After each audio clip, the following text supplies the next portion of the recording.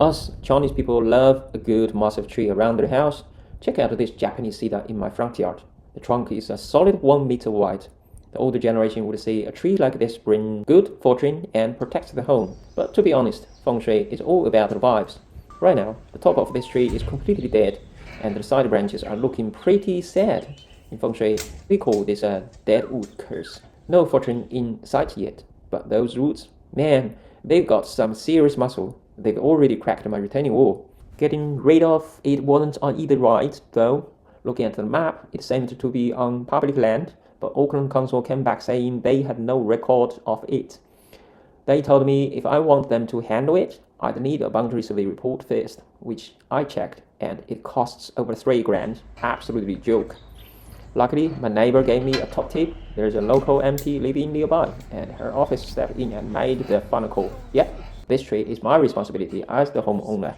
Since our guardian angel turned into a major hazard, it was time for some serious decluttering. At 8:30 a.m., 3 absolute legends of a tree crew rocked up with their heavy trucks. This job was no walk in the park. To the south, we've got the main road and the power lines. To the east, right next to the neighbor's fiber internet line, I was literally praying, may please keep a steady hand. If they snapped the internet for the whole street, the neighbors would probably line up at my door to give me a very warm kiwi welcome. Watching these pros work is pure satisfaction. It's like a tree ballet.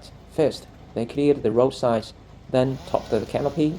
Every heavy branch had to be securely roped up to control the drop perfectly. And the most satisfying part, the chipper. No matter how thick the branch was, got turned into mulch in seconds. That rolling sound, it sounds like money burning. But the feeling of relief as the hazard vanishes, absolutely intoxicating.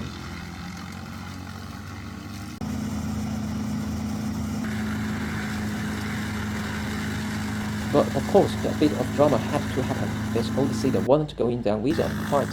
A massive, stubborn branch just got jammed in the machine. Suddenly, the chipper let out a nasty screech, and a thick cloud of white smoke started pouring out. My heart literally dropped. Fixing specialized heavy machinery in New Zealand? That bill could easily cost me another 3 tree removal jobs.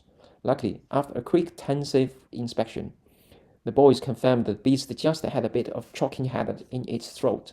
No damage done, so back to work. Around lunchtime, a 4th guy arrived as reinforcements. The 4 of them barely took a breather and pushed right through until after 3 p.m. I asked the crew to leave all the mulch right there. Why? Because this is 100% organic cedar mulch. May, buying this at Bunnings or Mitre 10 is definitely not cheap. Perfect timing too, since I'm currently renovating my backyard garden. Using it for ground cover keeps the weeds down, retaining moisture, and gives off this amazing creamy woody scent. Talk about hitting the jackpot with the tree's final gift. When the final section of the trunk came down, the sunshine flooded into my front yard instantly. It feels a bit weird and empty now, but knowing I can sleep like a baby during the next heavy storm, that's the real blessing. Now, for the parts everyone wants to know, the damage to my wallet. This whole job cost me just under 2 grand. For those of you who have had trees cut down in New Zealand, how much did it set you back? Let me know in the comments so I can see if I got a good deal.